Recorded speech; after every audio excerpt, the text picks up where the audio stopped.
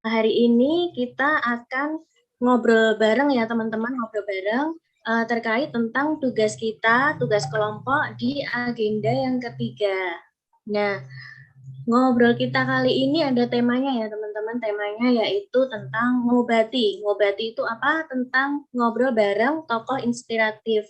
Jadi kita nanti ada narasumber, yaitu Bapak Bagus, salah satu ASN teladan di Kabupaten Kudus. Tapi sebelum saya memperkenalkan Bapak Bagus Sandi, terlebih dahulu saya akan memperkenalkan teman-teman yang ada di kelompok 3 ini. Perkenalkan Bapak Bagus dan teman-teman semuanya, nama saya Emitia Sustiwis, jabatan saya calon pustakawan terampil dari Kantor Perwakilan BKKBN Provinsi Jawa Tengah.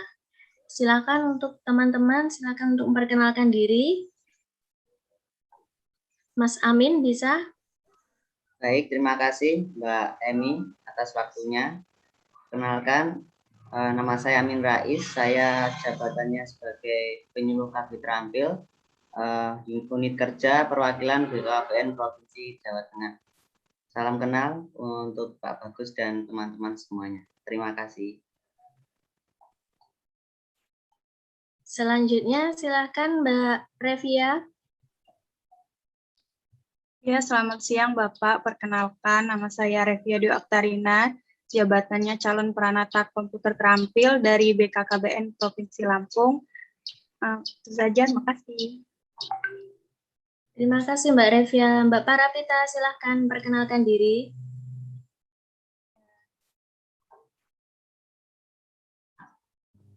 Halo, Assalamualaikum. Waalaikumsalam. Ya, Bapak Bagus dan teman-teman semuanya. Perkenalkan, nama saya Parapita Zeni Abdillah, calon penyuluh KB terampil dari Provinsi Jawa Barat. Terima kasih. Ya, terima kasih untuk perkenalannya. Untuk selanjutnya, sebelum kita mulai ngobrol dan tanya-tanya dengan salah satu narasumber inspiratif kita siang hari ini, saya akan memperkenalkan narasumber kita ya, teman-teman. Izin untuk share screen.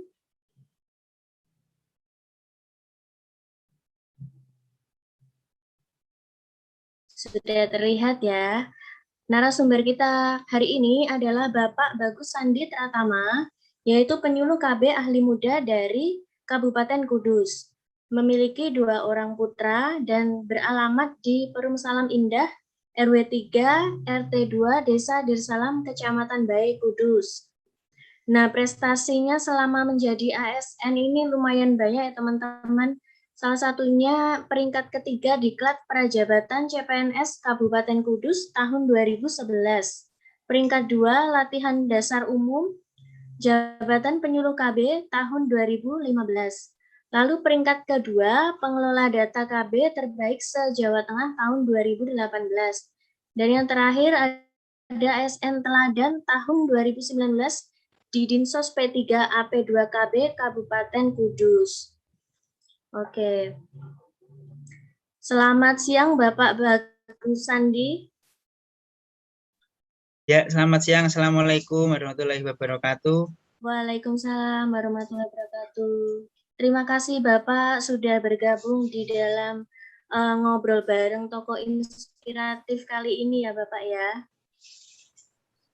Nanti teman-teman akan mengajukan beberapa pertanyaan ini Pak tentang salah satu prestasi Bapak sebagai ASN Teladan dan ASN Inspiratif di Kabupaten Kudus. Mungkin teman-teman ada yang mau memulai pertanyaannya dulu nih dari siapa? Mas Amin atau Mbak Revia, Mbak Parapita, silakan monggo. Ya, boleh. Saya izin bertanya. Ya, silakan Mas Amin. Ya, terima kasih atas waktunya. Mohon izin bertanya, Pak Bagus. Pertanyaannya, bagaimana pengalaman Bapak Bagus selama bekerja menjadi penyuluh KB di Kabupaten Kudus? Terima kasih. Mungkin langsung saja ya. Oke. Kalau pengalaman ya banyak sih ya, pengalaman yang namanya penyuluh KB memang pekerjaan sehari-hari seperti itulah ya. Melakukan penyuluhan, pelayanan, penggerakan, advokasi, pendataan dan sebagainya. Ya, bagi saya sih menarik karena saya sangat menikmati ya pekerjaan penyuluh KB, terutama terkait ini intensitas kita berhubungan dengan masyarakat, itu yang paling saya sangat sukai, karena kita tidak hanya bekerja di dalam ruangan saja berhadapan dengan komputer atau laptop, tetapi kita dapat berhubungan senantiasa dengan masyarakat, dengan kader KB, dengan calon aseptor, dengan para pejabat pengambil kebijakan, stakeholder terkait KB, ada banyak tempat, dan itu memberikan banyak sekali pengalaman, jejaring kita, jejaring temanan, jejaring secara profesional bekerja itu sangat tambah sekali, itu sangat menarik bagi saya. Kemudian saya itu kebetulan hobinya kan ya membaca, nulis kayak gitulah, hal-hal yang umum seperti itu. Jadi penyuluh KB itu kan terfasilitasi. Kita mau nulis soal KB di koran, di media sosial sekarang dan sebagainya, itu kan terfasilitasi. Hobi kita tersalurkan, kita dapat angka kredit dan sebagainya, itu kan juga tidak semua pekerjaan memberikan kesenangan seperti ini menurut saya sih ya, menurut saya. Seperti itu kita bikin penelitian, karya tulis dan sebagainya bisa difasilitasi pekerjaan ini penyuluh KB. Saya itu hal yang menarik bagi saya. Mungkin gimana jawaban saya, Mas Amin, cukup menjawab atau ada pertanyaan yang mungkin lebih mendetail dan mungkin pengalaman yang seperti apa sih yang diinginkan mengerti oleh Mas Amin gitu? Iya Mas, sudah paham Mas terkait jawaban dari Mas Bagus, karena tadi kan menyampaikan penyuluhan seperti itu. Jadi emang tugas sehari-hari dalam bekerja. Selanjutnya silakan. Ya Pak Bagus, mohon izin bertanya Pak. Apa saja ya Pak tantangan dan kendala selama Bapak menjadi penyuluh keluarga berencana? Lalu kira-kira solusi yang dilakukan nih apa Pak untuk menghadapi tantangan dan kendala tersebut? Terima kasih Pak. Baik. Kalau sebenarnya kalau kita berbicara pekerjaan penyuluh KB, kalau kita berbicara tantangan maka akan sangat kompleks gitu ya, kompleks sekali.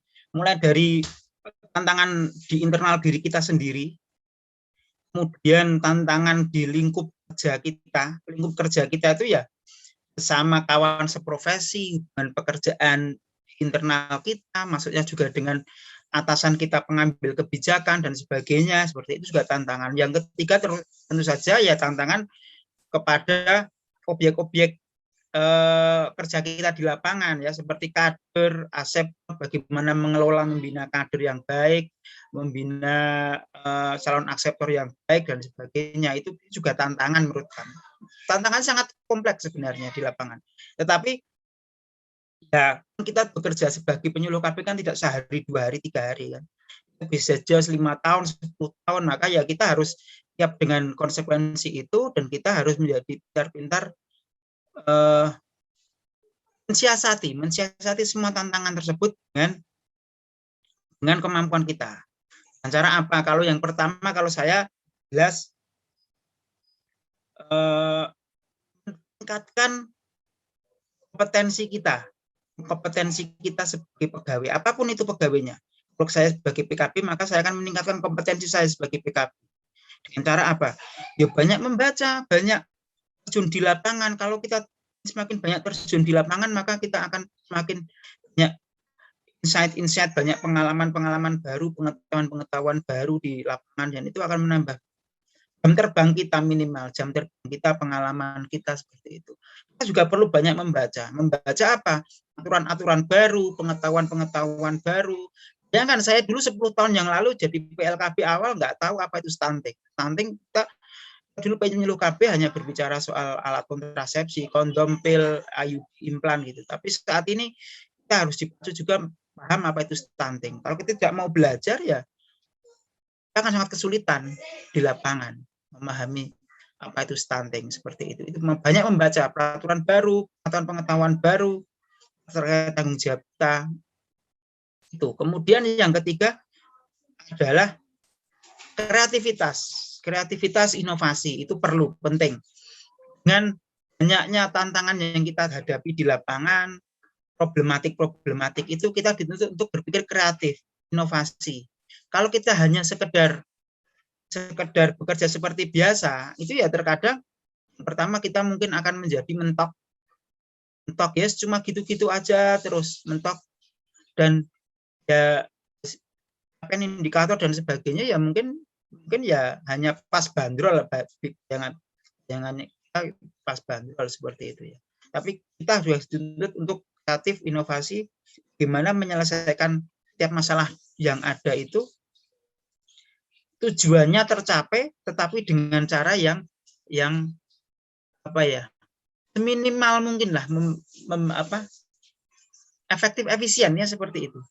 Kita pengeluaran tenaga, mengeluarkan pikiran, mengeluarkan apa dengan seminimal mungkin, tetapi dengan hasil yang tercapai, tujuan sesuai tercapai itu. Kemudian yang keempat, menjalin hubungan baik dengan semua pihak stakeholder terkait pekerjaan kita. Entah itu teman sejawat, entah itu pejabat pemangku wilayah kita, atasan langsung kita maupun atasan yang mengelola PLKB di daerah semacam itu, kita harus menjalin hubungan baik karena itu salah satu kunci untuk melancarkan pekerjaan kita sehari-hari, termasuk juga minimalisir persoalan-persoalan tantangan yang ada di pekerjaan kita. Mungkin itu secara singkat yang bisa saya berikan untuk cara tantangan dan bagaimana solusi untuk mengatasi tantangan tersebut. Sudah cukup atau mungkin ada diskusi yang lain? Iya, terima kasih, Pak.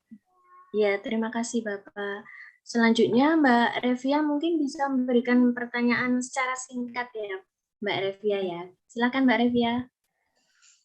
Ya, izin bertanya ya Bapak. Ini kan sangat menarik ya yang Bapak bahas tadi tentang pengalaman, kendala, solusi. Nah, di sini walaupun saya bukan seorang PKB, tapi barangkali Bapak bisa ngasih kita semua nih motivasi agar gimana sih biar bisa jadi pegawai teladan seperti Pak Bagus ini. Terima kasih.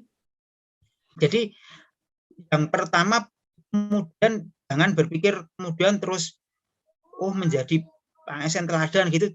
Itu jangan dulu lah saya pikir. Saya pikir kita perlu paham dulu apa tujuan kita bekerja dulu lah. Tujuan bekerja kita apa? Fungsi kita apa? Tugas pokok fungsi kita sebagai PNS apa? Jabatan kita apa? Tugasnya apa?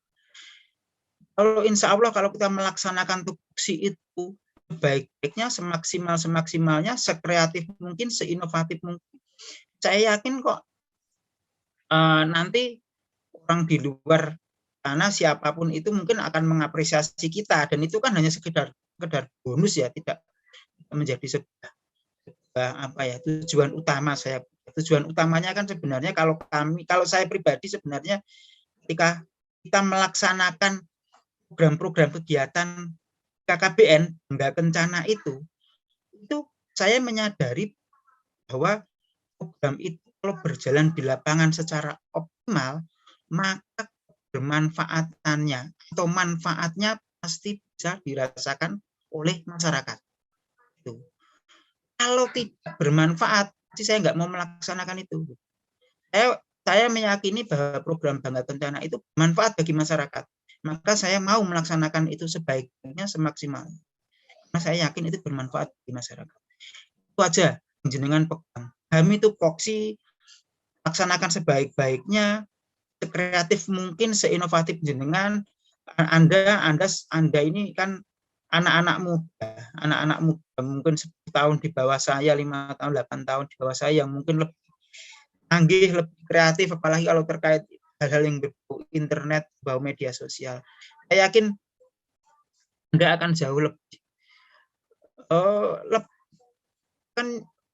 lah dibandingkan saya. Asalkan Anda punya motivasi, niat, dan keyakinan itu yang baik, kemanfaatan masyarakat. Itu mungkin, Mbak. Ya, terima kasih Bapak. Ya, baik Bapak. Bagus sekali ini tadi pertanyaan dari teman-teman juga, jawaban Bapak juga sangat menarik bahwa untuk menjadi seorang ASN yang teladan itu kita harus pertama menjalankan tupoksi sebaik-baiknya, lalu inovasi dan juga kreatif. Ya, saya dan teman-teman juga setuju dengan hal itu, Pak, dan insya Allah kami dalam Latsar ini akan menerapkan pesan-pesan yang telah disampaikan oleh Bapak tadi. Hidup berencana itu